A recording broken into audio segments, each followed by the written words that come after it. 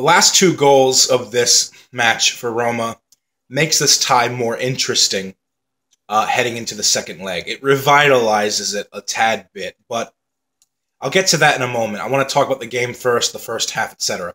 So, in the opening minutes, we saw that Roma and Liverpool, respectively, each had chances on target through Kevin Strootman and then Mohamed Salah himself cutting into the box from the right-hand flank, forcing Alisson into a great save. Kolarov, in my opinion, was Roma's best player in the first half, had an excellent strike hitting the crossbar. I think he had the Liverpool keeper beat. Made a couple of lovely crosses in as well to Dzeko, who just could not find his head on the receiving end of it. It looked like Mane was going to have an off day, got called off an offside a few times, missed a sitter on the counterattack where he should have at least had a shot on target or at least passed it on to Salah, who was running alongside of him. For the most part, what went wrong with Roma? I think two things went wrong for Roma today. Number one, towards the end of the first half, they decided to chase the equalizer while they were very much on the back foot from a Liverpool team that was unanimously imposing themselves, outclassing them on every area of the pitch. Now, here's the thing. I understand when you're 10, 15 minutes away from the half, you're down, you want to chase a game to at least bring it into halftime, all square. But when you are on the receiving end of such a beating, you need that halftime whistle to come. And I think what Roma should have done was they should have just rode it out. They should have just ridden it out until the halftime, take it down, one goal down, fine, and then regroup for the second half. But they went for that equalizer, and when they went for that equalizer, they played a very high line. And that's something you cannot do against a team like Liverpool, who is arguably the best counter-attacking club team in the world at the current moment. Roma, for large stretches of this game, maybe 60-70% of this match, they played a very high line against Liverpool. And you can't do that. Now, number two, and I think this is the most crucial one, and maybe the one that is least Roma's fault, and maybe more so a testament to how great of a team this Liverpool side is.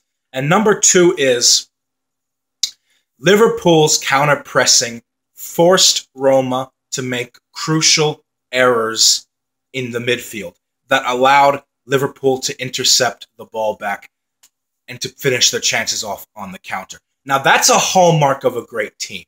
Not just when you take your chances when they come, but when you physically impose yourself and you force your opponent into making mistakes.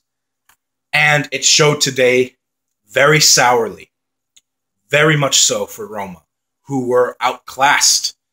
It didn't look like it was a Champions League semifinals. It looked like it was a group stage fixture. Now, I know credit to Roma, much respect for getting to this phase, but at the end of the day, I don't know how much I can fault them from falling susceptible to this Liverpool team, especially that number two, what I just said, just because of the fact that this is how Jurgen Klopp lines up his teams. His teams are very aggressive. And you saw in the second half, the first 10, 15 minutes of the second half, Liverpool were very aggressive whenever Roma had the ball. And it forced Roma into making scrappy challenges, lackluster passing, and from then on, Liverpool just changed the entire initiative of the game.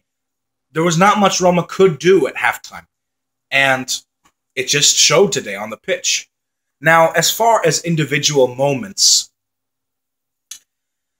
Roma did have its chances. I thought Kolarov was their best player in the first half.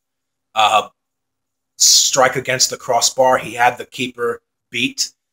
Lovely crosses into the box that almost found the head of Edin Dzeko. Edin Dzeko himself. I just think that Roma, they just need a little bit of time to really assess themselves before the second leg, because going back to what I said at the beginning of this video, they did manage to pull 2 goals out of their ass because of Dzeko and because of that penalty, which maybe it was, maybe it wasn't. I'll leave that to you to decide. But look, we would be having an entirely different discussion if this was a 5-0 lead heading next week. Because Roma pulled 2 back, and because it is the same margin after the first leg in the quarterfinal fixture against Barca, a 3-goal deficit, they're still in the conversation, enough to where the second leg is rendered relevant. Now, can they do it? What they did against Barca?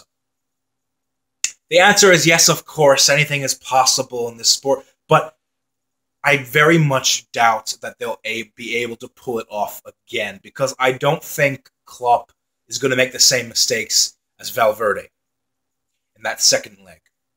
But because of the fact that they've already overcome that and they defeated one of the Champions League favorites and a team who is on paper and by many estimates better than Liverpool in Barcelona, they still have that belief. They still have that confidence knowing that they can come back because they've already done it.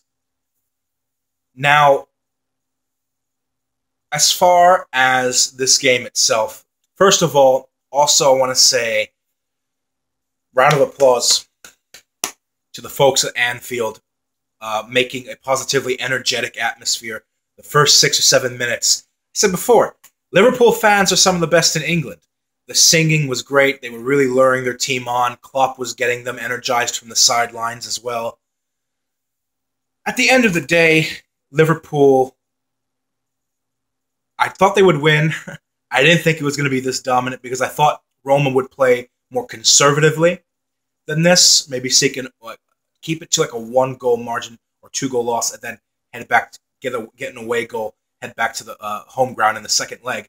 But they made a very costly mistake in playing that high line.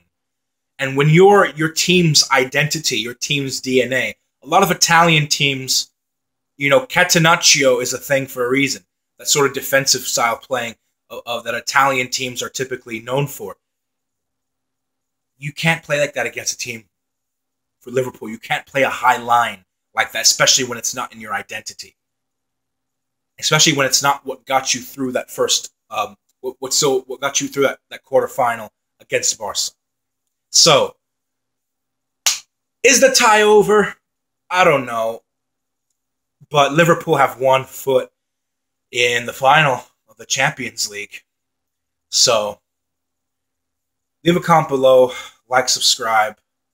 I'll see you later tonight, hopefully, God willing. Until then, have a good one. Much love and peace out. Roma are still in it. They're still in it.